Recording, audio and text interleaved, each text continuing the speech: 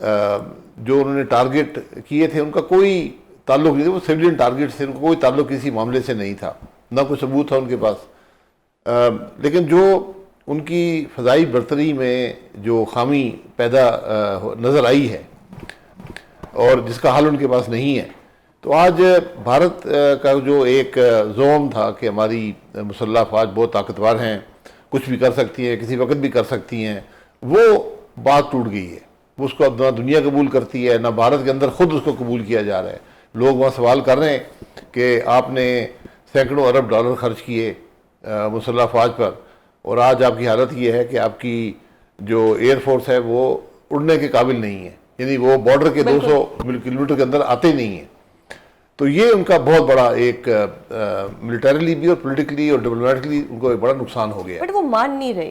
دیکھیے وہ تو ایک ہردرمی ہوتی ہے نا، وہ تو ایک ملک ہے، اب اس کو اپنے زخم چاٹ رہے ہیں، وہ مانیں گے تو نہیں، لیکن ان کو وہ بھی جانتے ہیں کہ وہ جارحیت کرنے کے قابل نہیں ہے۔ اب جو جارحیت ہوئی بھی، ہم دیکھا کہ میسائل استعمال ہوئے، ڈرونز استعمال ہوئے، اور یہ چیزیں، اور دنیا نے بھی اس کا نوٹس لیا۔ دنیا یہ جانتی ہے کہ اگر آپ میسائل استعمال کریں گے جو ایٹمی صلاحیت رکھتے ہیں، بالکل، تو اگلے ملک کو تو پتہ نہیں ہوتا کہ یہ اس میں ایٹمی صلاحیت ہے یا نہیں اس میسائل میں سکر، تو وہ ایک بڑا خطرہ تھا یہ پوری دنیا کے لیے۔ آج بھارت کو پوری دنیا ایک خطرے کی نظر سے دیکھتی ہے۔ بالکل۔ سر آپ کی رائے میں جس طرح ٹرمپ صاحب نے ایک کردار ادا کیا، کیونکہ پاکستان ہمیشہ سے کہہ رہا تھا کہ آپ انویسٹیگیشن کرا لیں، اور ہم نے جو ان کا ثالثی کا کردار تھا اس کو سراہا، دوبارہ جنگ ہونے کے کوئی امکان ہے یا نہیں؟ نہیں، دیکھیں جنگ جو ابھی بھی ہوا ہے اس میں نہ بارڈر انہوں نے پار کیا نہ ہم نے پار کیا، ایک دوسرے پر ہم نے حملہ ضرور ہوئے، لیکن ہم نے جو زمینی جنگ سے بھی گریز کیا، اور فضائی جنگ بھی صرف اس حد تک رہی کہ ان کے جہاز بھی وہاں پر رہے، ہمارے جہاز بھی یہاں پر رہے۔ میسائلز کا استعمال جو ہے یہ بڑا خطرناک تھا، خاص طور پر بڑے میسائلز کا استعمال جو ہندوستان نے کیا، پاکستان نے نہیں کیا۔ لیکن ہم نے جو رافیل گرایا اس کی تو جتنی تعریف کی جائے، وہ تو آپ کے ایئر فورس نے، بالکل، وہ بھی اسٹینڈ اب وہ بھی اپنے سرحد کے اندر رہ کر گرایا۔ ایگزیکٹلی جی، تو وہ ایک بہت بڑی کامیابی صرف نہیں ہے، وہ ٹیکنالوجی کے حوالے سے بھی ایک بڑا آئی اوپنر ہے پوری دنیا کے لیے، ٹرو، کہ کیونکہ جس قسم کی یہ لارج سکیل انگیجمنٹ ہوئی ہے دو ایئر فورسز کے درمیان، اس کی مثال پچھلے شاید دوسری جنگ عظیم کے بعد یا کورین وار کے بعد نہیں ملتی، کہ دونوں سائیڈز پہ جارحانہ ویپنز بھی تھے اور لیٹسٹ ویپنز بھی تھے جو استعمال ہوئے، اور اس میں پاکستان نے برتری اپنی ثابت کر دی۔ بالکل۔ سر یہ سارا مسئلہ شروع ہوا انڈس واٹر ٹریٹی پہ، پر وہ مسئلہ ابھی وہیں کا وہیں ہے، ثالثی بھی ہو گئی، جنگ بھی ہو گئی، رک بھی گئی، اب یہ انڈس واٹر ٹریٹی کا کیا ہوگا؟ یہ ہمارے پانی کے ساتھ کیا کرے گا؟ انڈس واٹر ٹریٹی کسی بھی فریق کو یہ حق حاصل نہیں ہے، یہ ایک تو اس ایگریمنٹ کی وائلیشن ہے جو ورلڈ بینک کے ماتحت ادارے تھے، انہوں نے اس کو اس وقت ایگریمنٹ ہوا تھا اور 60 سال سے قائم ہے، اور دوسرا اس میں ایک انسانی حقوق کا پہلو ہے، بالکل، کہ پانی ایک بنیادی انسانی ضرورت ہے، اس کو آپ دوسرے کسی ملک سے لے نہیں سکتے۔ تو ہندوستان اس حوالے سے بہت بدنام ہو رہا ہے پوری دنیا میں، اور میرا ذاتی خیال ہے کہ آج ہمیں کوئی بھی بات چیت کرنے سے پہلے ہمیں یہ شرط رکھنی چاہیے کہ سب سے پہلے جو اس نے یہ ایک خط لکھا ہے اس کو وڈرا کریں، اور وہ معاہدہ جو ہے واپس قائم رہے، ورنہ اس کو قبول کرنا اور اس کے ہوتے ہوئے، وہ تو ایک بالکل ایک غیر قانونی اور غیر اخلاقی کام ہندوستان نے کیا ہے، اس کے ہوتے ہوئے تو آپ نہیں کر سکتے ان سے کوئی بات چیت۔ اگر ہم 2019 کی بات کریں جب پاکستان پہ اسی طرح انڈیا نے اٹیک کیا، اس دوران خان صاحب کی ایک سپیچ بھی ہے جس میں وہ کہتے ہیں کہ یہ تو ہر 5 سال بعد ہم پہ اٹیک کریں گے، اور وہی ہوا کہ 2025 میں مودی کی طرف سے پھر ایک اٹیک ہوا۔ کیا آنے والے 5 سالوں میں آپ دیکھتے ہیں کہ مودی جیسا انسان جو مطلب جس کا کوئی کمزرف انسان ہے، کیا وہ دوبارہ یہ حرکت کرے گا؟ آلدو کہ ہم نے رافیل S-400 تباہ کر دی ہیں، لیکن آپ اپنے برے دشمن سے کچھ بھی ایکسپیکٹ کر سکتے ہیں۔ دیکھیں آپ ہتھیاروں پہ ریلائی نہیں کر سکتے، ہتھیار بدلتے رہتے ہیں، ہتھیار کی کیپیسٹی، اس کی کیپیبلٹی بدلتی رہتی ہے، اسٹریٹجی بدلتی رہتی ہے جو جنگ ہوتی ہے۔ آپ نے یہ ہمیں بڑا اس میں کلیئرٹی ہونی چاہیے کہ ہندوستان ہمارا دشمن ملک ہے، بالکل ہے، ہم پہ حملہ آور ہوتا ہے اپنے سیاسی مقاصد کے لیے۔ 19 بھی سیاسی مقاصد تھے بی جے پی اور مودی صاحب کے اپنے، اس دفعہ بھی یہی بات ہے، بالکل۔ تو کل یہ معاملہ بدلے گا نہیں، یہ شخصیت کا نہیں ہے، شخصیت یقیناً ایک کردار ہوتا ہے، پر کل جو ان کی جگہ لیڈر ہوگا وہ یہی حرکتیں کرے گا، کیونکہ وہ آپ کو مضبوط دیکھنا نہیں چاہتے، آپ کو کمزور کرنا چاہتے ہیں۔ اس کے لیے جس بات کی سب سے بڑی ضرورت ہے کہ ہم اپنے ملک کو درست کریں، اپنے گھر کو مضبوط کریں. بالکل. آج ہمیں ایک یکجہتی کا ماحول ملا ہے ہندوستان کے خلاف، بالکل. اس کو ملک کے اندر ایک بڑی سطح پر یکجہتی کے لیے استعمال کریں. مسئلہ کشمیر کے بعد اگر پاکستان میں کوئی مسئلے کی بات کی جائے تو وہ مسئلہ عمران خان ہے. کیا عمران خان اگر باہر آ جاتے ہیں تو آپ کو لگتا ہے کہ سب ایک پیج پہ آ جائیں گے اور قوم جو ہے وہ متحد ہو جائے گی؟ دیکھیں، عمران خان کو اگر آپ نے صحیح کنوکٹ کیا ہے تو جیل میں رکھیں. صحیح کریں. ایک سیاسی، اگر آپ نے صحیح کنوکٹ کیا ہے. ماضی میں تو یہ معیار نہیں تھا نا، ہم نے ہمیشہ جب پولیٹیکل لیڈرز کو جیلوں میں ڈالا ہے، ان کو مقدمے بنائے، وہ سب جھوٹے ثابت ہوئے. Political victimization. تو اس لیے آج اگر بات ایک شخص کی نہیں ہے، ایک پولیٹیکل پارٹی ہے جو اقتدار میں رہی ہے. آج سے 4 سال پہلے عمران خان اس ملک کا وزیر اعظم تھا، ٹھیک ہے. اس کے آج اگر جب 19 میں معاملہ ہوا تو وہی آدمی وزیر اعظم تھا. تو انہوں نے جو کچھ کیا عوام کے سامنے ہے. آج سیاسی لیڈر کو آپ جیل میں ڈال کے ختم نہیں کر سکتے. سر، ابھی جو گنڈا پور صاحب نے ایک پیرول کی اپیل کی خان صاحب کے لیے، آپ کو لگتا ہے کہ اس پٹیشن سے کچھ فائدہ ہوگا؟ خان صاحب کو پیرول پہ باہر آنے دیں گے یا یہ کوئی ویسٹ آف ٹائم ہے؟ نہیں، گنڈا پور صاحب تو پیرول کے لیے پٹیشن نہیں کر سکتے قانونی طور پہ. نہیں کرنا، جو مرضی کریں. پیرول جو قیدی ہوتا ہے وہ خود کرتا ہے کہ میرے یہ مخصوص حالات ہیں، مجھے پیرول چاہیے.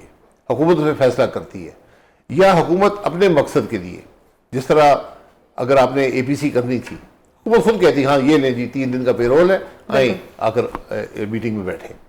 وہ اس ذہنی اور قلبی وسعت کا ہم نے مظاہرہ نہیں کیا. بالکل. تو بہرحال ابھی بھی وقت ہے. آج بھی میں سمجھتا ہوں بڑی ضرورت ہے ایک ایسی میٹنگ کی. جب آپ دنیا کے ممالک کے پاس جا رہے ہیں اپنا مقدمہ لے کر، تو اس کے پیچھے آپ کی اگر پارلیمنٹ کی سپورٹ ہو، متفقہ سپورٹ ہو، تو اس کا بہت اثر پڑتا ہے. پاکستان ایک چھوٹا ملک نہیں، پاکستان ایک بہت بڑا ملک ہے. پاکستان ایک ایٹمی طاقت ہے. جب آپ بات کرتے ہیں لوگ سنتے ہیں، ان کو سننا پڑتا ہے. دنیا کے ممالک دیکھتے ہیں کہ کیا حالات ہیں پاکستان ہندوستان کے. اسی لیے آپ کو یہ سارا انٹرسٹ نظر آیا ہے. تو آج جب آپ دنیا کے پاس جا رہے ہیں اور آپ کا گھر اگر اس کے اندر تفریق ہوگی تو پھر آپ اتنا مضبوط مقدمہ نہیں پیش کر پائیں گے. بالکل. سر، ابھی محترم بلاول بھٹو صاحب جو ہے وہ ایک گروپ کی وہ سربراہی کریں گے، اور جس طرح سے انڈیا نے ہمارے خلاف پروپیگنڈا کیا ہے اس کو وہ بے نقاب کریں گے باقی ملکوں میں جا کے. حکومت کو اسحاق ڈار صاحب پہ کیا اعتماد نہیں تھا، اعتبار نہیں تھا، یا ان کو لگتا تھا کہ ان میں اتنا سپارک نہیں ہے کہ بلاول بھٹو صاحب کو انہوں نے کنسیڈر کیا؟ سپارک کی بات نہیں ہوتی.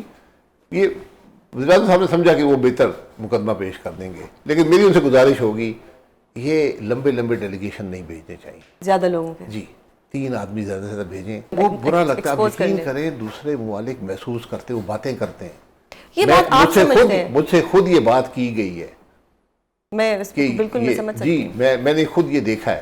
تو یہ ہم میں یہ ایک شعور کب آئے گا کہ ہم نے کتنا اپنے آپ کو ایکسپوز کرنا؟ وہی نا، جب آپ کا سیاسی ماحول درست ہوگا، جب لوگ حکومت میں وہ ہوں گے جو الیکٹڈ ہوں گے، یہ فارم 47 کا معاملہ ختم ہوگا، جب کوئی اکاؤنٹیبلٹی ہوگی، جب لوگ پوچھ سکیں گے، پاکستان کے عوام پوچھ سکیں گے بھئی یہ تم کیسے گئے تھے، کیوں گئے تھے، ٹھیک ہے نا، اتنے کیوں کیا کرنے گئے تھے.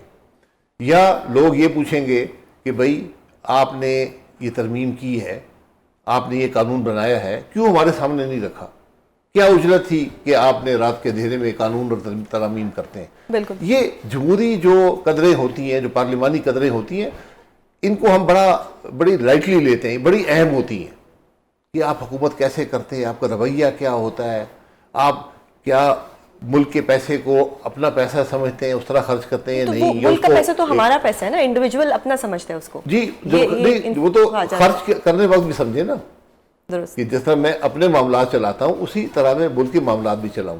پوری دنیا یہ کرتی ہے، امیر ترین ممالک یہ کرتے ہیں. آپ کبھی دیکھ لیں جو اسکینڈینیوین ملک ہیں، ان کے آپ جو سب سے امیر ترین ملک ہیں دنیا کے، ان کا رویہ دیکھ لیں. امریکہ کے یہاں پہ ڈیلیگیشن آتے ہیں، ان کو دیکھ لیں، 1 یا 2 کانگریس مین آئیں گے یا 1 دو ان کے سیکرٹری آئے. فرمایا آپ نے. سر بہت شکریہ پروگرام میں اپنا قیمتی وقت دینے کے لیے. ہمیں جوائن کیا ہے امیر مقام صاحب نے. سر بہت شکریہ پروگرام میں اپنا قیمتی وقت دینے کے لیے. سر وزیر اعظم صاحب نے بلاول بھٹو صاحب کے سربراہی میں ایک وفد تشکیل دیا ہے جو کہ اگلے ہفتے یا کچھ ہی دنوں میں جائیں گے، لنڈن بھی جائیں گے، وہ برسلز بھی جائیں گے. وہاں پہ وہ انڈیا کا جھوٹا پروپیگنڈا بے نقاب کریں گے. ہمارے ذہن میں ایک سوال آتا ہے کہ وزیر خارجہ اسحاق ڈار صاحب کو کنسیڈر نہیں کیا گیا لیکن بلاول بھٹو صاحب کو کنسیڈر کیا گیا، اس کے پیچھے کیا ریزن تھا؟ طرح کوئی بات نہیں، یہ پوری کلیکٹیو ایک ٹیم ورک ہے، اور اسحاق صاحب نے بھی جو کچھ ڈلیور کیا اس کامیابی میں، اس کا بھی بہت بڑا پارٹ ہے. جس طرح انہوں نے رابطے کی اور دن رات محنت کی ہے، ہر جگہ سچ اور جھوٹ کا ہر ایک ملک کے ساتھ بات کی ہے، اور وہی چیز ہائی لائٹ کی کہ حقائق کے، جھوٹ کے، سچ کے، اس میں کوئی شک ہی نہیں ہے ان کی. اور بلاول بھٹو زرداری صاحب فارن منسٹر بھی رہے، اور اس سے اچھا میں ایک ٹیم میں ایک ساتھ کام کر رہے، حکومت میں اتحادی بھی ہے، الائز بھی ہے، ہماری مشترکہ گورنمنٹ ہے. تو اس طرح کوئی بات نہیں ہے کہ وہی بھی اس ٹیم کا حصہ ہے، اس کا ایک ایکسپیرینس ہے، تجربہ ہے. فارن منسٹری پہلے بھی بہت اچھی طریقے سے رن کیے. تو یہ ایک کلیکٹیو اجتماعی ذمہ داری ہے، کوئی ایک کام کرتا ہے، کوئی دوسرا کام کرتا ہے. تو اچھی بات ہے، خوشائند بات ہے کہ بلاول صاحب اس کو لیڈ کرے اور مختلف ملک گھس جائے اور جو حقائق ہے سب کے سامنے رکھے. بالکل سر، ابھی جو بھارت ہے وہ اپنی عجیب حرکتوں سے باز نہیں آ رہا، اپنی شکست تسلیم نہیں کر رہا، ابھی بھی جھوٹا پروپیگنڈا جاری ہے. ان کے جو وزیر دفاع ہیں راجناتھ سنگھ صاحب، وہ فرماتے ہیں کہ تو ٹریلر تھا.